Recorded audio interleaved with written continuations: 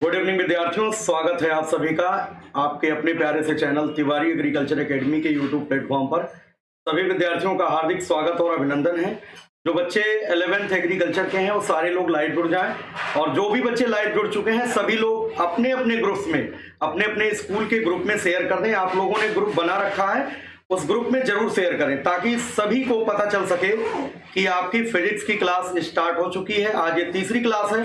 2 lecture हम लोग देख चुके हैं। जो बच्चे नए हैं चैनल पर वो चैनल को सब्सक्राइब कर लें, साथ ही साथ जो है अपने दोस्तों को भी बताएं, है ना, कि 11th की फिजिक्स की क्लास जो है चल रही है यूट्यूब चैनल के माध्यम से। बिल्कुल फ्री ऑफ कॉस्ट आप लोगों को पढ़ाया जा रहा है। जो बच्चे गांव क्षेत्र से बिलोंग करते हैं, जिनके पास पैसे नहीं है पढ़ने के लिए, उन सभी विद्यार्थियों के लिए हम लोगों ने संकल्प लिया है। यहाँ आप लोगों ने देखा होगा सामने लिखा है, इंसानियत का फर्ज निभाना है, हर गरीब बच्चे को सफल बनाना है। इसी सूत्र के साथ हम लोग काम कर रहे हैं। जो यहाँ पर लिखा हुआ है बिल्कुल उसी सिद्धांत पर हर एक बच्चा पढ़ सकेगा। 11th और 12th के जो विद्यार्थी हैं, ज्यादातर बच्चे ऐसे हैं पैसे के अभाव में वो गांव में भी कोचिंग नहीं कर पाते हैं। बहुत सारे बच्चे अपने स्कूल के अध्यापकों से जो है कोचिंग करने जाते हैं। कोई बच्चा फिजिक्स की कोचिंग जाता है, कोई मैथ्स की जाता है। बहुत सारे ऐसे बच्चे हैं जो पढ़ नहीं पाते हैं। ठीक है, हर सब्जेक्ट की कोचिंग तो नहीं ही कर पाते हैं, क्योंकि अगर सारे सब्जेक्ट की कोचिंग करेंगे तो पैसे ज्यादा लगेंगे। तो ऐसे में हम लोगों ने संकल्प लिया है कि अब सारे विषय की क्लास जो है तिवारी एग्रीकल्चर एकेडमी के यूट्यूब प्लेटफॉर्म के माध्यम से बिल्कुल निःशुल्क हम लोग कराएंगे। और आप सभी लोग देख भी रहे हैं, लगातार हम लोग जो है फर्स्ट ईयर की क्लास, इंटर की क्लास, सभी की क्लास रेगुलर अरेंज कर रहे हैं। क्योंकि समय का अभाव है, ऑफलाइन बैचेज भी चल रहे हैं, इस वजह से अभी 4 से 5 क्लासेस मिल रही हैं फर्स्ट ईयर और इंटर मिला करके। जैसे ही आपका एग्जाम करीब आ जाएगा, समीप आएगा, आप लोगों को मॉडल पेपर कराया जाएगा और बहुत ही बेहतरीन तरीके से मैराथन क्लास के माध्यम से आप लोगों के बोर्ड एग्जाम की बेहतरीन तैयारी हम करवा देंगे। कोई दिक्कत की बात नहीं है। बस आपका एक काम है, आप सभी लोग जैसे ही लाइव जुड़ा करो, तुरंत जो है इस वीडियो के लिंक को जिन जिन ग्रुप्स में आप लोग जुड़े हैं वहां पर शेयर कर दें। कोशिश ये करें, क्योंकि एक दिन पहले क्लास शेड्यूल हो जाती है। आप सभी लोग जो है टेलीग्राम चैनल ज्वाइन कर लें, वहां पर इंफॉर्मेशन मैं दे देता हूं। वहां से आप सभी लोग लिंक को जो है ज्यादा से ज्यादा शेयर कर दिया करिए, है ना। और ज्यादा से ज्यादा लोग जब जुड़ेंगे तो हमारे अंदर भी ऊर्जा आएगी और भी आप लोगों को मेहनत से पढ़ाने के लिए जो है अंदर से जो है एनर्जी निकलेगी। हाँ, बच्चों को और पढ़ाया जाए, क्योंकि काफी संख्या में विद्यार्थी जुड़े हैं। तो जो भी बच्चे जुड़ चुके हैं सभी को गुड इवनिंग, बहुत बहुत सभी का स्वागत है। राधे राधे सभी को, जय जवान जय किसान। चलिए शुरू करते हैं।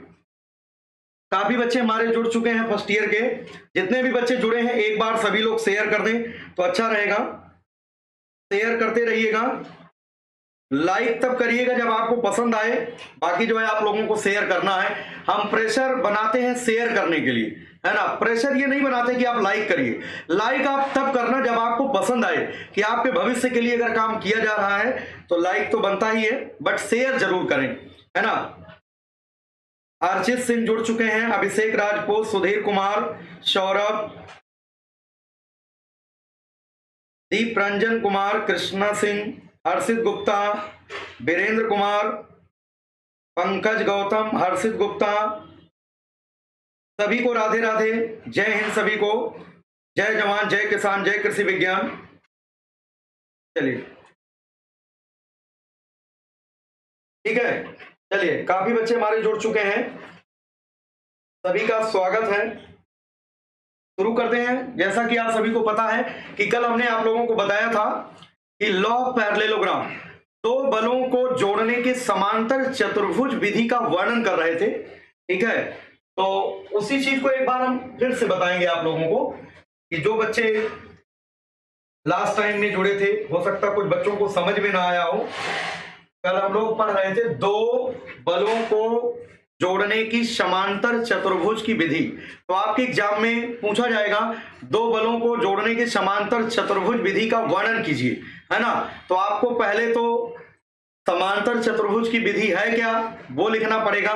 स्टेटमेंट भी मैंने आप लोगों को नोट करवा दिया है, कॉपी में आप लोगों ने नोट कर रखा होगा, और डिडक्शन भी कराया, डेरिवेशन भी करवाया, कैसे परिणामी बल का सूत्र जो है निकलता है, परिणामी बल का सूत्र भी हमने आप लोगों को निकलवा दिया है। एक बार जो है आप लोग फिर से समझ लीजिएगा समांतर चतुर्भुज की विधि, एक बार सभी लोग फिर से समझेंगे।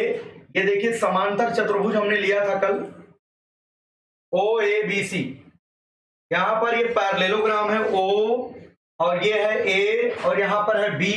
भाषा भी हमने लिखवाया था, किसी को कोई समस्या नहीं है, बिल्कुल एक एक स्टेप हमने आपको बताया था, नोट भी करवाया है, सारी चीजें। एक बार रैंडम हम लोग समझने वाले हैं फिर से कैसे डेरिवेशन हुआ है, ठीक है। यहां पर देखिए एक समांतर चतुर्भुज है, और इस समांतर चतुर्भुज की दो संलग्न भुजाओं पर दो बल, एक बल P हमने लिया, दूसरा बल हमने Q लिया। आप F1 और F2 ले सकते हैं, कोई दिक्कत की बात नहीं है। जहां पर हमने पहले बल को P माना है वहां पर आप पहले बल को F1 मान सकते हैं, जहां पर हमने दूसरे वाले फोर्स को Q माना है वहां पर आप F2 मान सकते हैं। F1 और F2 लेकर के आप इसको डेराइव कर सकते हैं, कोई दिक्कत की बात नहीं है। हमने यहाँ पर P और Q ले लिया है, पहला बल यहाँ पर P है, दूसरा बल यहाँ पर Q है, ठीक है। इस समांतर चतुर्भुज की दो संलग्न भुजाओं OA और OC पर दर्शा दिए गए हैं, और इनके बीच का जो कोण है, दोनों बलों के बीच का जो कोण है, P और Q के बीच का कोण यहाँ पर थीटा है। तो इन दोनों बलों का जो परिणामी है वो इस विकर्ण के द्वारा दर्शाया जाएगा। परिणामी बल को थोड़ी देर के लिए R मान लीजिए, परिणामी बल को R मान लीजिए या F मान लीजिए, कुछ भी मान सकते हैं, रिजल्टेंट है। इन दोनों बलों का ये परिणामी है। देखिएगा ध्यान से, हमने कहा था इसको आगे तक बढ़ाना है, इसको आगे बढ़ाना है, और यहां से B से एक यहां पर लंब डालना है, ठीक है। B से यहां पर लंब डालना है, ये BD है, यहां पर लंब हमने डाल दिया, BD हो गया। इसके बाद देखिएगा ये वाली भुजा, ध्यान से समझना, ये जो आप देख रहे हैं ये वाली भुजा और ये वाली भुजा दोनों समांतर और बराबर है, क्योंकि ये समांतर चतुर्भुज है। समांतर चतुर्भुज के आमने सामने की भुजाएं समांतर भी होती हैं और बराबर भी होती हैं। तो ये जो भुजा OC है और ये जो भुजा AB है, दोनों समांतर भी हैं और बराबर भी हैं। अगर बराबर है तो ये देखो, इसकी लंबाई Q है, इसकी भी लंबाई कितनी होगी, Q होगी। अब जैसे ध्यान से समझना, अगर ये दो रेखाएं एक दूसरे के समांतर हों और तीसरी रेखा इस तरीके से प्रतिच्छेद करे, कट करे, तो ये वाला कोण थीटा अगर है तो ये वाला भी कोण क्या होता, थीटा। ये दोनों कोण आपस में बराबर होते हैं, आपने ये पढ़ रखा होगा, कक्षा 8 में, कक्षा 9 में बताया जाता है। इस कोण को बोलते हैं, ये कौन सा कोण होता है, संगत कोण, ठीक है। ये कोण इसके बराबर होता है। जब दो समांतर रेखाओं को कोई तीसरी रेखा इस प्रकार से इंटरसेक्ट करती है, प्रतिच्छेद करती है, तो ये वाला कोण और ये वाला कोण बराबर होता है, संगत कोण कहते हैं। अब देखना ध्यान से, यहां पर ये वाली भुजा और ये वाली भुजा दोनों समांतर हैं, और ये जो तीसरी भुजा आप देख पा रहे हो, तीसरी को हम यहां पर हाईलाइट कर रहे हैं अलग कलर से, ध्यान देना। ये तीसरी, ये त्रियक है, देखिए ये प्रतिच्छेद कर रही है। ये दो समांतर रेखाओं को ये तीसरी वाली प्रतिच्छेद कर रही है, इसलिए अगर ये कोण यहां पर आपका थीटा दिया गया है तो ये वाला कोण भी कितना होगा, थीटा हो जाएगा, ठीक है, थीटा हो जाएगा।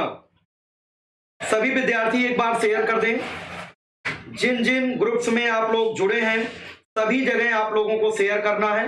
सभी को गुड इवनिंग, सभी को राधे राधे, सभी को जय हिंद। शेयर करते रहिए सभी लोग, फर्स्ट ईयर के हर बच्चे तक पहुंचना चाहिए। ये तभी पहुंचेगा जब आप सभी लोग स्टेटस लगा देंगे, सभी लोग शेयर करेंगे, ठीक है, सभी लोग शेयर करेंगे, ठीक है। तो यहां पर ये वाली भुजा इसके समांतर है, ध्यान देना, ये इसके समांतर है, इसलिए ये वाला कोण इसके बराबर हो जाएगा। और समांतर चतुर्भुज के आमने सामने की भुजाएं समांतर और बराबर होती हैं, इसलिए ये Q लंबाई है, तो ये भी क्या हो जाएगा, Q हो जाएगा। ध्यान से समझिएगा, इस त्रिभुज में ABD की अगर बात करें, त्रिभुज ABD की अगर बात करें तो इस त्रिभुज की बात करें तो ये 90 डिग्री का कोण है, क्योंकि हमने लंब डाला है, यहां से B से लंब डाला है AD पर, इसलिए हम कह सकते हैं ये 90 डिग्री का कोण है। और 90 डिग्री के सामने कर्ण होता है, थीटा के सामने लंब होता है। यहां ध्यान दें सभी लोग, ये कर्ण हो जाएगा और ये वाली जो भुजा है इसको क्या कहते हैं, लंब कहते हैं, और ये बची हुई भुजा क्या होगी, आधार हो जाएगी, ये बेस हो जाएगी। अब साइन थीटा बराबर क्या होता है, लंब बटे कर्ण। आप सभी को पता होगा LAL अपान KKA, ठीक है। यहां से इस फॉर्मूले से, ठीक है, इस फंडामेंटल से आप कह सकते हो साइन थीटा बराबर होता है लंब बटे कर्ण, L अपान K। तो साइन थीटा यहां पर लिखिए, साइन थीटा बराबर लंब क्या है यहाँ पर, BD है, तो लंब की जगह BD रख दो, और हमने कर्ण की जगह कल बताया था ये Q है, आज फिर से बता रहे हैं यहाँ पर Q। तो BD लंब की लंबाई जो होगी BD बराबर Q साइन थीटा हो जाएगा। तो लंब की लंबाई इस त्रिभुज का, ये जो समकोण त्रिभुज है इसके लंब की जो लंबाई होगी वो Q साइन थीटा हो जाएगी।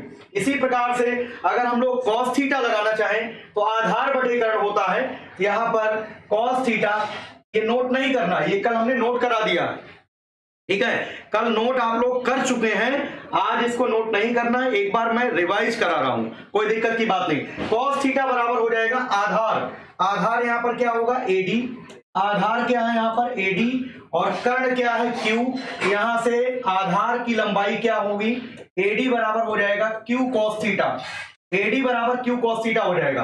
तो ओवरऑल आप देख पा रहे होंगे ये जो समकोण त्रिभुज आपके सामने दिख रहा है ABD, इसमें आपने लंब निकाल लिया, लंब कितना आया Q sin थीटा, आधार आपने निकाल लिया कितना आया Q cos थीटा।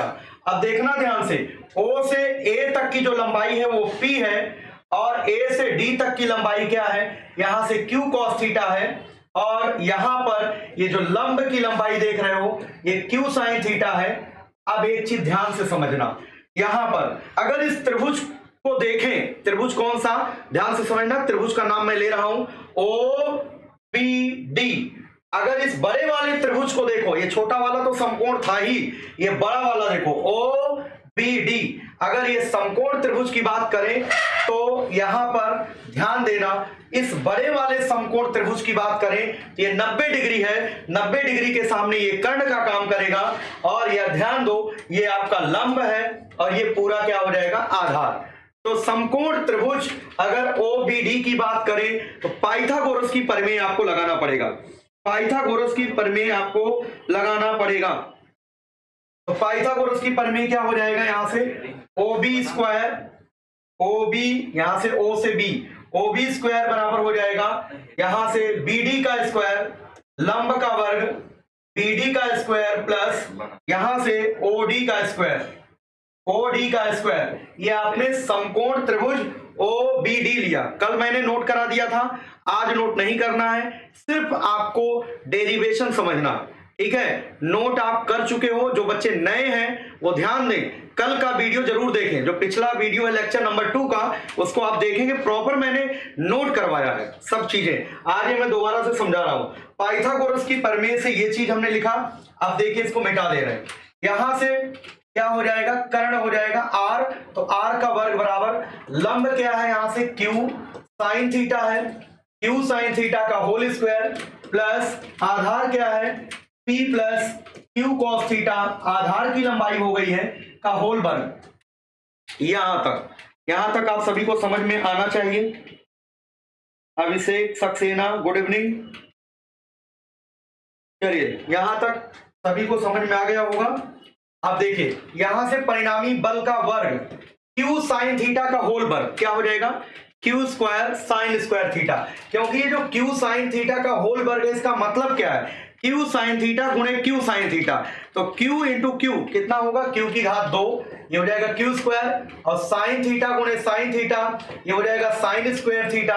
अब देखना ध्यान से, P को मान लो थोड़ी देर के लिए A, और Q cos थीटा को थोड़ी देर के लिए मान लो B, A प्लस B का whole square, A plus B का होल स्क्वायर क्या होता है A square plus B square plus 2ab cos theta, sorry 2ab होता है, यहाँ पर थीटा है तो आगे थीटा आएगा, कोई दिक्कत नहीं। a प्लस बी का whole square, A square plus B square plus 2ab होता है, यहाँ से P square plus Q square cos square theta, A square plus B square मतलब Q square cos square theta plus 2ab 2pq cos theta. इसमें a plus B का whole square लगाना है, A square plus B square plus 2ab, तो overall हमें मिलेगा P square plus यहां से Q square cos square theta, ये बी स्क्वायर हो गया, प्लस 2ab मतलब 2a मतलब p, b मतलब q कॉस थीटा, है ना। यहां पर हमने लगा दिया A square plus B square plus 2ab, तो P square plus Q square cos square theta plus 2ab 2pq cos theta, ये लिख लिया। अब देखिएगा यहां पर इस पॉइंट को देखना, आर स्क्वायर बराबर इसमें और इसमें क्या कॉमन है, पहले तो पी स्क्वायर आप पहले लिख लीजिए, पी स्क्वायर, अब इन दोनों में कॉमन क्या है, क्यू स्क्वायर कॉमन है, ब्रैकेट में क्या बचेगा sine square theta plus cos square theta, ठीक है, प्लस अगला टर्म क्या मिलेगा 2pq cos थीटा, इसको ऐसे लिखा रहने दो। हम सभी जानते हैं sine square theta plus cos square theta बराबर 1 होता है, त्रिकोणमितीय सर्वसमीका है ये, ठीक है, सर्वसमीका है, ठीक है, तो sine square theta plus cos square theta बराबर 1 कर दीजिए, ओवरऑल परिणामी बल का वर्ग बराबर हो जाएगा P square plus Q square, उन्हें 1 कर दोगे तो क्यू स्क्वायर आएगा, प्लस ये हो जाएगा 2pq cos थीटा हो जाएगा, यहां से परिणामी बल R बराबर अंडर रूट ए स्क्वायर सॉरी पी स्क्वायर, अगर कोई F1 माना होगा तो F1 स्क्वायर हो जाएगा, P square plus Q square मतलब हो जाएगा यहाँ जो है F2 जिसमें माना होगा तो F2 स्क्वायर हो जाएगा, plus 2pq 2F1 F2 2pq और ये हो जाएगा cos थीटा। यहां तक हमने बताया था, सभी लोगों का यहां तक नोट होगा, कल हमने डिराइव कर दिया था।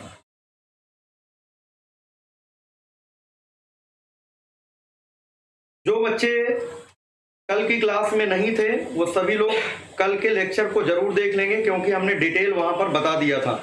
आज हमने इसको रिवाइज करा दिया, ये परिणामी बल का सूत्र किस तरीके से निकलता है, किस तरीके से डिड्यूस होता है, क्योंकि व्यंजक निकालने के लिए आपके एग्जाम में ये आएगा, ठीक है। तो ओवरऑल अब हम यहाँ से लेक्चर अपना शुरू करते हैं आज का। परिणामी बल, ये जो है परिणामी बल का जो सूत्र आया था, परिणामी बल यहां पर R हमने मान लिया है, परिणामी बल को आप F भी मान सकते हो, R की जगह F मान सकते हो, जहां पर हमने P माना है वहां F1 मान सकते हो, जहां पर हमने Q माना है वहां F2 मान सकते हो, ठीक है। यहां से परिणामी बल R बराबर अंडर रूट हो जाएगा P square plus Q square plus 2pq cos theta, ये आपका परिणामी बल का सूत्र आ गया। यहां तक आप सभी नोट कर चुके हैं, इसके बाद की जो बात होगी उसको आपको नोट करते चलना है, ठीक है। तो इसके बाद की बात क्या है, अब जैसे बल आप सभी को पता है कि सदिश राशि होती है, बल कैसी राशि होती है, सदिश, सदिश में क्या होता है परिमाण भी होता है और दिशा भी होती है ना। तो ये तो हमने परिणामी बल का परिमाण निकाला है, this is the magnitude of resultant, इसको कहते हैं परिणामी बल का परिमाण।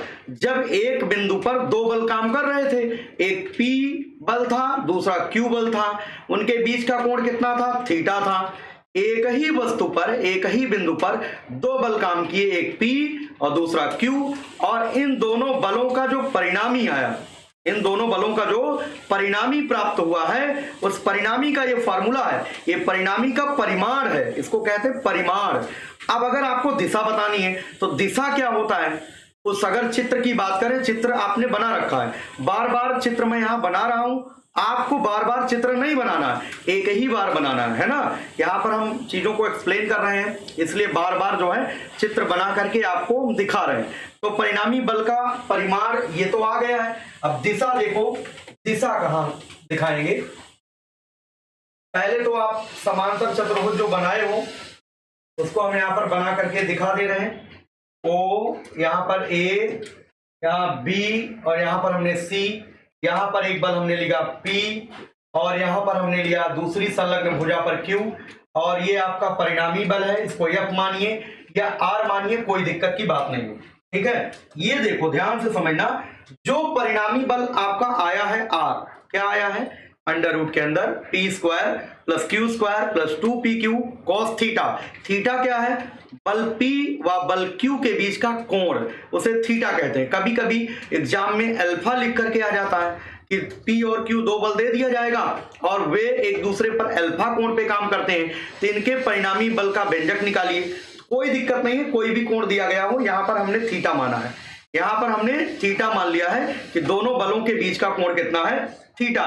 ठीक है, अब ये जो परिणामी बल है ना, ध्यान से समझना सभी लोग, ये एक समांतर चतुर्भुज है। समांतर चतुर्भुज की दो संलग्न भुजाओं पर हमने दो बलों को लिया है, जिन दो बलों का परिणामी हमें ज्ञात करना है।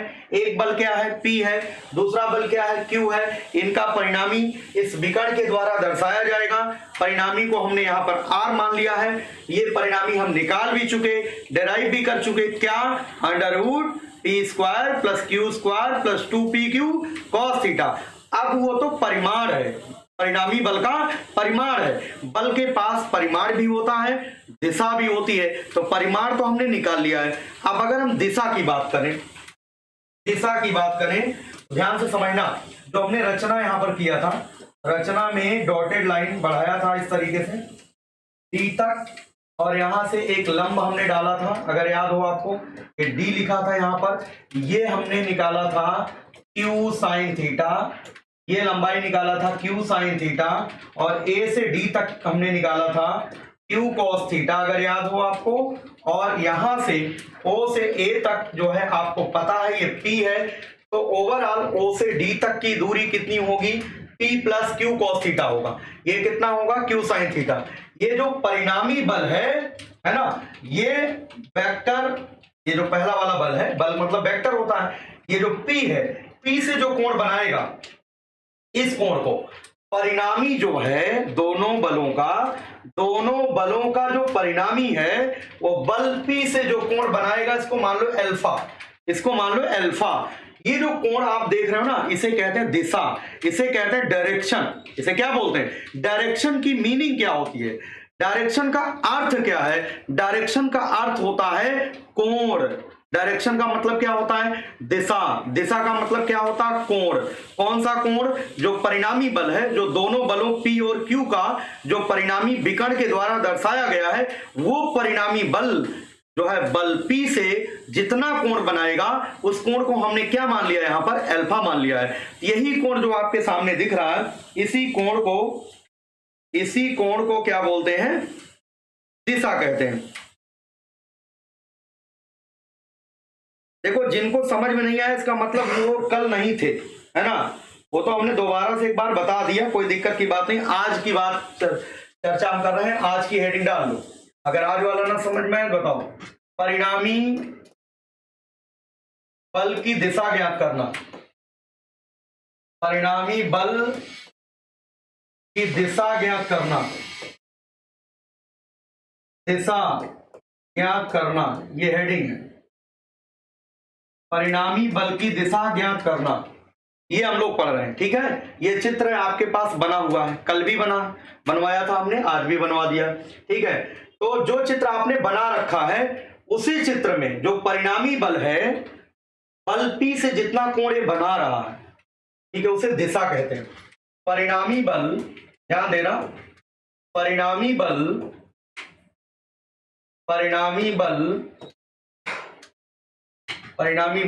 R बल P से जो कोण बनाता है,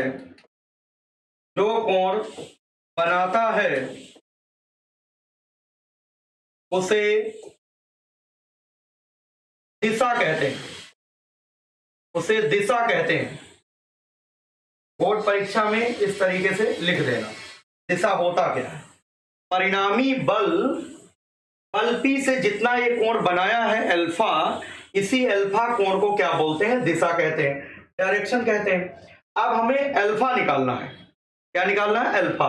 तो समकोण त्रिभुज OBD को देखिए, अब लिखना इसके बाद क्या लिखना है, समकोण त्रिभुज, समकोण, उसी के नीचे लाइन में लिखना, समकोण त्रिभुज कौन सा लेना है, OBD।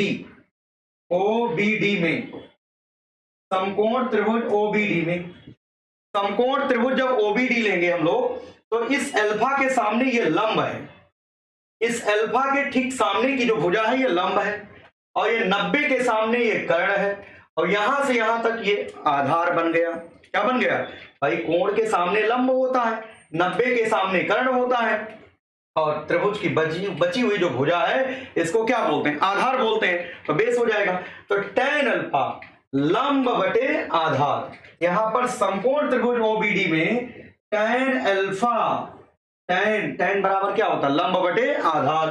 तो लंब क्या है BD, आधार क्या है OD। यहां पर हो जाएगा BD लंब हो गया, ये लंब हो गया, अपान आधार क्या है, ध्यान से समझना, इस त्रिभुज की बात कर रहे हैं। एक बार देखो, मैं यहां पर चला दे रहा हूं मार्कर, ये OBD, इस त्रिभुज को देखना, OBD ये समकोण त्रिभुज है, यहां पर ये 90 डिग्री कोण है, 90 डिग्री के सामने ये कर्ण है, ये अल्फा कोण के सामने लंब है, और ये आधार है। तो tan अल्फा लंब बटा ये पूरा आधार, लंब बटे आधार, तो BD अपान OD, BD अपान OD ये लिख दिया। यहां से tan अल्फा बराबर हो जाएगा, BD कितना है, B से D तक की लंबाई कितनी है, Q sin थीटा। यहां पर लिखेंगे Q, यहां पर sin theta, Q sin theta upon, यहां से O से D तक की दूरी कैसे निकालोगे, O से A तक की दूरी प्लस A से D तक की दूरी। क्लियर है, OD निकालना है, O से D तक की लंबाई निकालनी है, OA प्लस AD, और OA कितना है P, AD कितना है Q cos थीटा। तो P plus Q cos theta, यहां पर लिखेंगे P plus Q cos theta. ठीक है, ये आपका हो गया tan अल्फा, यहां तक लिख लीजिए आप लोग, ये हो गया tan अल्फा। अंकित कुमार कह रहे हैं बोर्ड एग्जाम तक कोर्स पूरा हो जाएगा। बेटा पूरा करने के लिए ही शुरू किया गया है ना, बोर्ड एग्जाम के पहले तक पूरा करा दिया जाएगा, कोई दिक्कत की बात नहीं है ना। और अगर आप लोग कमेंट करते रहेंगे तो समझ में नहीं आने वाला, क्योंकि ये फिजिक्स है ना। अगर ध्यान से सुनेंगे तो आपको समझ में आएगा, क्योंकि इस चित्र के बारे में हमने काफी वर्णन कराया है, और उसी चित्र में इस त्रिभुज को कक्षा 6-7 वाली बात मैं बात कर रहा हूं। यहाँ पर ये समकोण त्रिभुज है, तो यहाँ पर अल्फा कोण है, इसके सामने जो है ये लंब है, 90 के सामने कर्ण है, ये आधार है। tan अल्फा मतलब जो tan होता है लंब बटे आधार होता है, लंब बटे आधार हमने लगा दिया, और कोई बड़ी बात नहीं लगाया है। ठीक है, इतनी बात आपको समझ में आना चाहिए। देखो, जो डेली पढ़ेगा उसको सब कुछ समझ में आएगा गारंटी के साथ, उसका बोर्ड भी अच्छे से क्लियर होगा। और बोर्ड एग्जाम के बाद जब आप यहाँ पर कानपुर कोचिंग करने आएंगे, ठीक है, तो आपका सिलेक्शन निश्चित रूप से आपका किसी न किसी सरकारी विश्वविद्यालय में आपका BSc एग्रीकल्चर फ्री कोर्स में हो जाएगा, कोई दिक्कत की नहीं बात है। ठीक है, लेकिन अगर आप नहीं रेगुलर जुड़ेंगे भाई तो दिक्कत हो जाएगा। इतना नोट हो गया होगा सभी का। अब देखिए tan अल्फा, जो चित्र से हमने लिखा tan अल्फा बराबर Q sin theta upon P plus Q cos theta, P plus Q cos theta, यहां तक लिख लेना सभी लोग। अब अगर आपको दिशा अल्फा निकालना हो, तो अल्फा मतलब दिशा, tan अल्फा तो निकल ही गया। अगर अल्फा आपको निकालना हो दिशा अल्फा बराबर, ये जब tan इसके साथ आता है तो tan की पावर -1 लिखते हैं, और पढ़ा जाता है tan इनवर्स। क्या पढ़ा जाता है, अल्फा, जैसे tan अल्फा इतनी बड़ी चीज आ गई, tan अल्फा इतनी बड़ी चीज आ गई, लेकिन हमने पहले आपको बताया tan अल्फा को दिशा नहीं कहते, tan अल्फा को दिशा नहीं कहते, अल्फा को दिशा कहते हैं। और जब अल्फा को दिशा कहते हैं तो अल्फा अगर आपको निकालना है, जब tan इसकी तरफ जाएगा तो tan की पावर माइनस में जाएगा, और tan माइनस पावर को tan इनवर्स पढ़ा जाता है गणित की भाषा में, तो tan इनवर्स हो जाएगा, और ये होगा Q sin थीटा अपान क्या हो जाएगा, P plus Q cos theta हो जाएगा। तो दिशा का भी सूत्र आ गया, ठीक है, परिणामी बल की दिशा का सूत्र भी यहां से हमने निकाल लिया। अल्फा बराबर tan inverse Q sine theta upon P plus Q cos theta हमने लिख दिया। चलिए वीडियो को शेयर करते रहिए, अगर पसंद आ रहा हो तो लाइक भी करिएगा।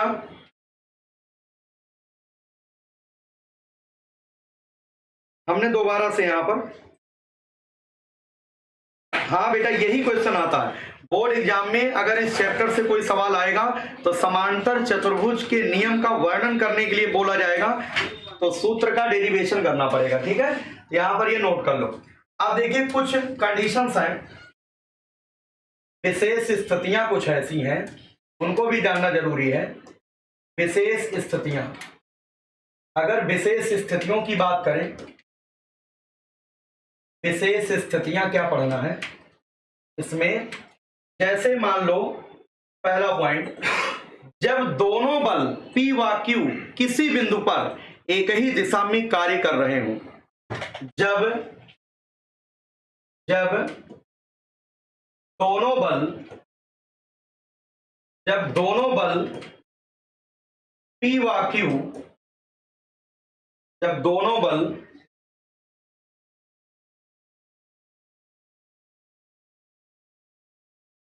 जितना हमने बोर्ड पर लिखवा दिया सब लिखना है बोर्ड एग्जाम में। ठीक है, बोर्ड पर जितना मैं लिखवा रहा हूं यहां पर वो सारी चीजें आपको लिख करके आना है। ठीक है, जब दोनों बल P व Q, जब दोनों बल, उसका आंसर हो गया, समांतर चतुर्भुज की विधि का वर्णन हमने कर दिया। अब उससे संबंधित जो प्रश्न पूछा जाता है कि अगर दोनों बल किसी बिंदु पर एक ही दिशा में काम करते हैं तो इनके परिणामी का मान क्या होगा। एक नंबर में, यदि दो बल P व Q किसी बिंदु पर एक ही दिशा में काम करते हों तो इनका परिणामी क्या होगा, है ना, ये पूछा जाएगा। जब दोनों बल P व Q किसी बिंदु पर एक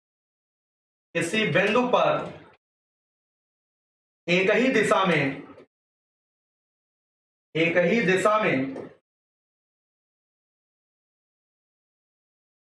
दिशा में कार्य कर रहे हों तो परिणामी बल पूछा जाता है। परिणामी बल, उसके आगे हम क्वेश्चन मार्क, क्योंकि क्वेश्चन यही पूछा जाएगा। ठीक है, जब दो बल P व Q किसी बिंदु पर एक ही दिशा में कार्य कर रहे हो तो परिणामी बल का मान क्या होगा। अब देखना यहां पर बहुत इंपॉर्टेंट बात है ये, जैसे ये कोई बिंदु है O, ठीक है, ये बिंदु O है और इस बिंदु O पर दो बल, एक बल P है और दूसरा बल Q है। दोनों बल एक ही दिशा में काम करते हैं। अगर दोनों बल O बिंदु पर या वस्तु O पर एक ही दिशा में काम करेंगे तो इन दोनों बलों के बीच का कोण जो होगा वो शून्य अंश होगा। इन दोनों बलों के बीच का कोण कितना होगा, शून्य अंश, क्योंकि कोई कोण यहां पर नहीं बन रहा। तो थीटा बराबर, इस स्थिति में क्या होगा, इन दिस केस, इस स्थिति में अगर थीटा की बात करें तो बलों के बीच का कोण थीटा 0 डिग्री हो जाएगा, थीटा बराबर शून्य अंश हो जाएगा। और एक चीज समझना, cos 0 अंश का मान याद कर लो 1 होता है, cos 0 डिग्री का मान 1 होता है। जब बिंदु O पर दोनों बल P और Q एक ही दिशा में काम करेंगे तो इन दोनों बलों के बीच का कोण कुछ भी नहीं होगा, और जब कुछ भी नहीं होगा तो उसे 0 कहेंगे। यहां पर 0 कह दिया तो थीटा बराबर 0 हो गया, और cos 0 डिग्री का मान कितना होता है, 1 होता है। इतनी बात नोट कर लो।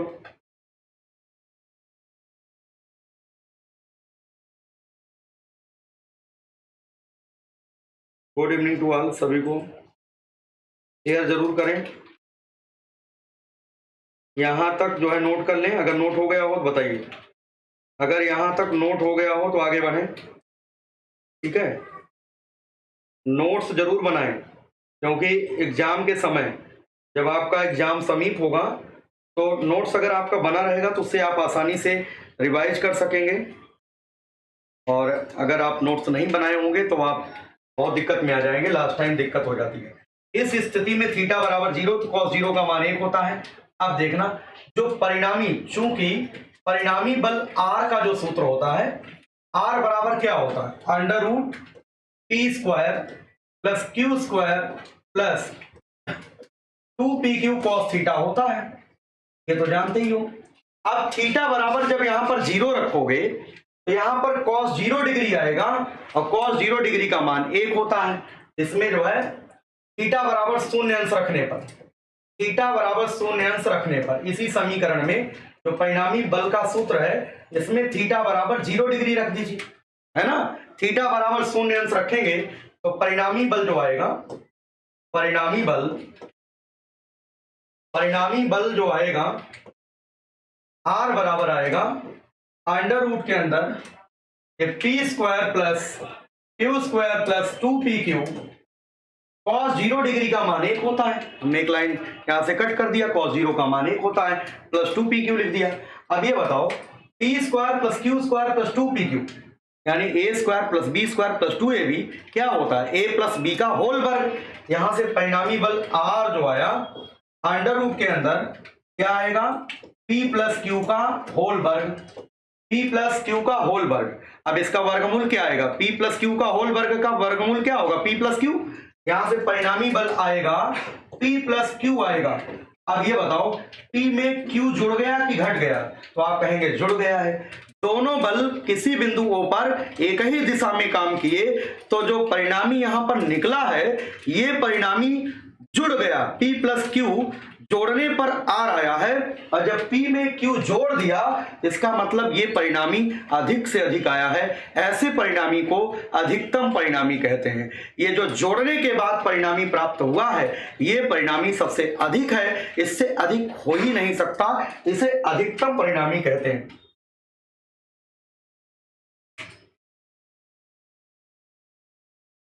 हाँ, अधिकतम परिणामी,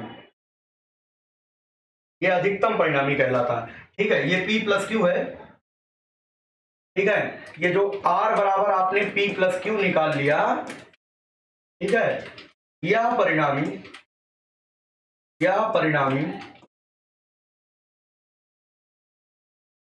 अधिकतम परिणामी कहलाता है, अधिकतम परिणामी कहलाता है, परिणामी कहलाता है, यह परिणामी अधिकतम परिणामी कहलाता है। ये जो रिजल्टेंट आया है इसको अधिकतम कहेंगे क्योंकि सीधे सीधे P में Q को जोड़ा गया है। तो अधिक से अधिक, जब दोनों चीजें जुड़ जाएंगी तो प्लस करने का मतलब होगा अधिक से अधिक परिणामी आना। ठीक है, ये अधिकतम परिणामी होता है, अधिकतम परिणामी। अब आपके एग्जाम में ये भी पूछा जा सकता है कि अधिकतम परिणामी के लिए दोनों बलों के बीच का कोण कितना होना चाहिए। ठीक है, तो 0 अंश होना चाहिए। दो बल P और Q किसी बिंदु पर कार्य करते हैं, इनके अधिकतम परिणामी का मान होगा। ठीक है, ऑब्जेक्टिव सीरीज भी आ सकती है, ऑब्जेक्टिव क्वेश्चन जो आएंगे तो उनमें P प्लस क्यू हो जाएगा, F1 प्लस F2 हो जाएगा। अगर पहला बल F1 है दूसरा बल F2 है तो F1 प्लस F2 हो जाएगा, कोई दिक्कत की बात नहीं। ठीक है, अब दूसरी स्थिति की बात करें, स्थिति नंबर 2 की चर्चा करेंगे। अब स्थिति नंबर 2 बहुत इंपॉर्टेंट टॉपिक चल रहा है, ध्यान रखना। स्थिति, अगर दूसरी स्थिति की बात करें तो दूसरी स्थिति यह है कि जब दो बल P व Q किसी बिंदु पर विपरीत दिशा में काम करें, अपोजिट डायरेक्शंस में काम करें, विपरीत दिशाओं में काम करें, तो क्या होगा। देखिए, जब दो बल P व Q किसी बिंदु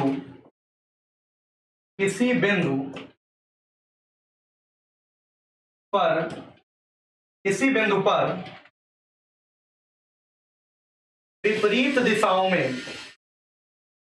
विपरीत दिशाओं में कार्य करें तो इनका परिणामी क्या होगा, तो इनका परिणामी क्या होगा, ये पूछा जाएगा एग्जाम में, बोर्ड एग्जाम में। परिणामी क्या होगा अगर विपरीत दिशाओं में काम करेंगे तो इनका परिणामी क्या होगा, ये भी एक सवाल है। इनका परिणामी क्या होगा, काफी इंपॉर्टेंट सवाल है यहां पर। अब देखो, यहां पर ये प्रश्न है, कि जब दो बल P व Q किसी बिंदु पर विपरीत दिशाओं में कार्य करें तो इनका परिणामी क्या होगा।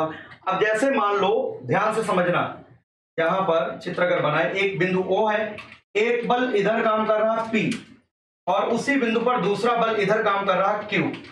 दोनों बल बिंदु O पर विपरीत दिशाओं में काम कर रहे हैं।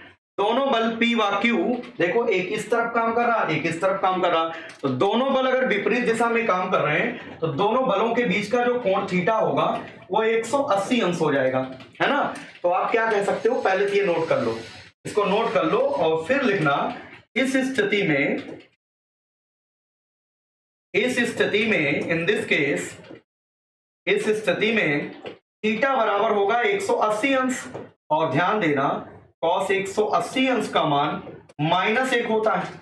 अगर थीटा का मान 180 अंश हो गया तो cos 180 अंश का मान जो है -1 होता है। ठीक है, इतना नोट कर लीजिए। इस स्थिति में थीटा बराबर 180 अंश, तो cos 180 अंश का मान -1। अब चलो भाई परिणामी निकालते हैं। इसलिए परिणामी बल की अगर बात करें, परिणामी बल, ध्यान रखना बोर्ड एग्जाम में इसी पैटर्न पर लिखना पड़ेगा। परिणामी बल R बराबर अंडर रूट के अंदर क्या होगा, P² plus Q² plus 2PQ cos 180 अंश, क्योंकि थीटा का मान हमने 180 अंश रख दिया यहां पर, तो cos 180 अंश हो गया। अब देखिएगा आगे की बात यह है, cos 180 अंश का मान -1 रख देंगे, तो परिणामी बल R जो आएगा अंडर रूट के अंदर आएगा P² प्लस Q², ये -1 तो प्लस इंटू माइनस, -2PQ आएगा, -2PQ आएगा, P² प्लस Q² -2PQ। अब मान लो जो दो बल हैं P और Q, उसमें P बड़ा है और Q छोटा है। मान लो जो दो बल P और Q किसी बिंदु पर कार्य कर रहे हैं, उसमें P बड़ा है और Q छोटा है। जब P और Q में P बड़ा है, इसको जो है देखो, वैसे तो ये P माइनस Q का होल स्क्वायर भी हो सकता है। ये जो अंदर वाली चीज लिखी है, इसको P माइनस Q का होल वर्ग भी लिख सकते हैं और Q माइनस P का होल वर्ग भी लिख सकते हैं। लेकिन हम यहाँ P माइनस Q का इसलिए लिखेंगे क्योंकि हमने मान लिया कि P ज्यादा, तो R बराबर हो जाएगा अंडर रूट, यहां हो जाएगा P माइनस Q का होल वर्ग, है ना। A² plus B² minus 2AB क्या होता है, A माइनस B का होल स्क्वायर। ऐसे P² plus Q² minus 2PQ क्या होगा, P माइनस Q का होल स्क्वायर। अब जब यहां पर परिणामी निकालोगे R, तो क्या आएगा, ये आ जाएगा P माइनस Q, वर्गमूल लोगे तो P माइनस Q आ जाएगा, परिणामी बल आएगा P माइनस Q। हाँ, काफी लोग जो है आंसर बता दिए हैं, रत्नेश, शालिनी देवी, अवनीश यादव, चलिए बढ़िया है। जो बच्चे बता रहे हैं, कुछ बच्चे पेन चला रहे हैं, बढ़िया है। तो R बराबर P माइनस Q हो जाएगा। अब यहाँ पर क्या हो रहा, एक बल से दूसरे बल को घटाया जा रहा। अगर घटाया जा रहा तो इसका मतलब परिणामी न्यूनतम आ रहा। ठीक है, इस स्थिति में परिणामी जो प्राप्त होगा उसे न्यूनतम परिणामी कहते हैं। एक बल से दूसरे बल को घटा करके उत्तर दिया गया है, तो यहां पर मिनिमम परिणामी हो जाएगा। ठीक है, तो यहां पर लिख सकते हैं, इस स्थिति में प्राप्त परिणामी, इस स्थिति में प्राप्त परिणामी न्यूनतम परिणामी कहलाता है। न्यूनतम परिणामी कहलाता है। ये जो परिणामी प्राप्त होता है ना, एक बल से दूसरे बल को घटाने पर, इस परिणामी को न्यूनतम परिणामी कहा जाता है। इस परिणामी को न्यूनतम परिणामी कहा जाता है। उम्मीद करते हैं सबको समझ में आ रहा होगा। ठीक है, ये न्यूनतम परिणामी हो गया। अब हम बात करेंगे अपनी तीसरी स्थिति की। तीसरा जो मोस्ट इंपॉर्टेंट सवाल है बोर्ड एग्जाम का, स्थिति नंबर 3, जब P और Q दोनों बल लंबवत हो, जब दोनों बल किसी वस्तु पर लंबवत कार्य कर रहे हो, जब दोनों बल P व Q किसी बिंदु पर अभिलंबवत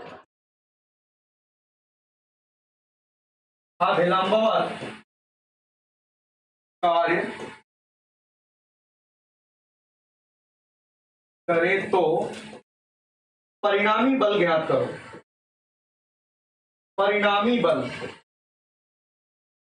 परिणामी बल का मान क्या होगा? अगर दोनों बल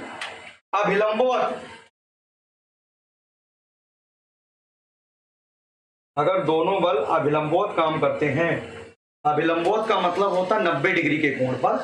जब दोनों बल P व Q, दो बल आपके पास हैं P व Q या F1 व F2, कुछ भी कह दीजिए, किसी बिंदु पर अभिलंबवत काम करते हैं, मतलब लंबवत काम करते हैं, तो इनका परिणामी हमें बताना है।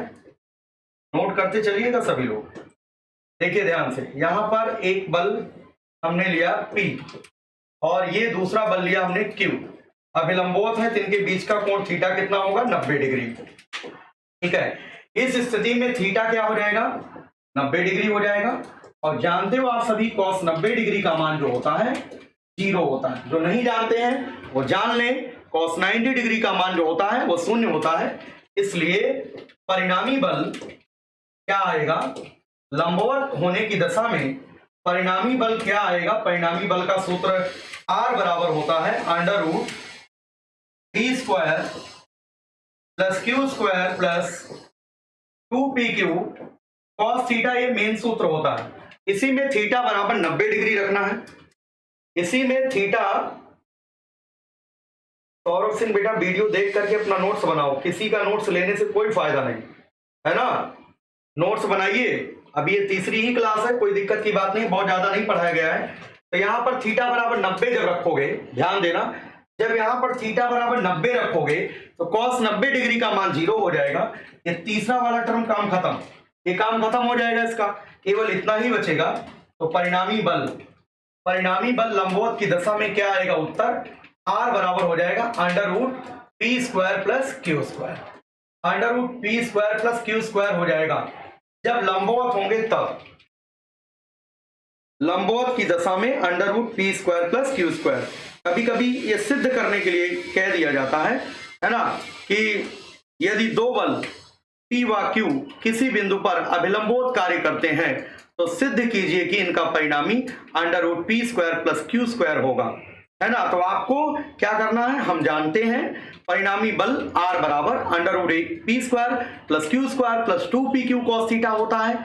क्योंकि सवाल में अभिलंबवत कह रहा तो थीटा बराबर 90 डिग्री हो जाएगा। इसलिए इसको ऊपर जो लिखे हो उसको समीकरण नंबर 1 डाल लेना। उपरोक्त समीकरण में थीटा बराबर 90 डिग्री रखने पर R बराबर √p² + q² + 2pq cos 90 degree का मान हो जाएगा 0 हो जाएगा। इसलिए R बराबर हो जाएगा √p² + q²। ठीक है, तो बलों का संयोजन हमने क्लियर कर दिया है और करीब 4-5 क्वेश्चन और हैं। वो क्वेश्चंस जो है हम कराएंगे, वो तो न्यूमेरिकल्स हैं, जो इससे संबंधित न्यूमेरिकल्स हैं वो अलग करा देंगे। बाकी जो है वियोजन समझना, इसमें किसी बल का वियोजन पढ़ना है कि वियोजन का अर्थ क्या है। संयोजन की मीनिंग हमने बता दिया, वियोजन पढ़ना है।